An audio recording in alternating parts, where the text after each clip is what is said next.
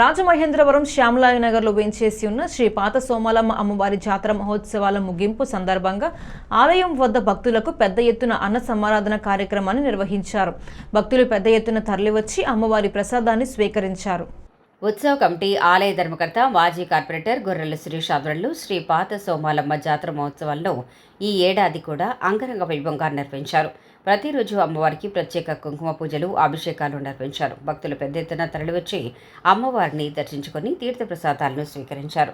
Rajamahendravaram rural MLA Gorantla Buchaiah Chowdary తన జన్మదినోత్సవాన్ని పురస్కరించుకుని అమ్మవారిని దర్శించుకుని ప్రత్యేక పూజలు నిర్వహించారు.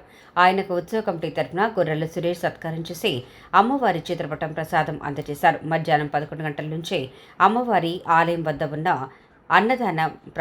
అన్నదానం ప్రారంభమైంది. భక్తులు క్యూ లైన్లో బారులు తిని అమ్మవారి ప్రసాదాన్ని స్వీకరించారు. భక్తుల రద్దీతో ఆలయంలో సందడి నెలకొంది. ఉత్సవాల నిర్వహణకు సహకరించిన వారికి గొర్రెల సురేష్ ఉత్సవ కమిటీ కృతజ్ఞతలు తెలియజేశారు.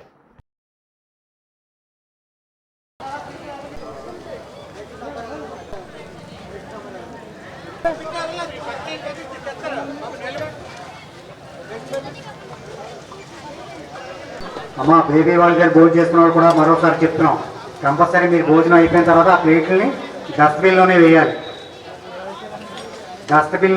ప్లేట్లు, గ్లాసులు డస్ట్బిన్లోనే వేయాలి. కొంతమంది బయట పంపించండి. బయట కౌంటర్స్ ఖాళీగా ఉన్నాయి, బయటకు వచ్చి భోజనం చేయొచ్చు. ప్రతి కౌంటర్లోనే ఒకే ప్రసాదం, ఒకే భోజనం.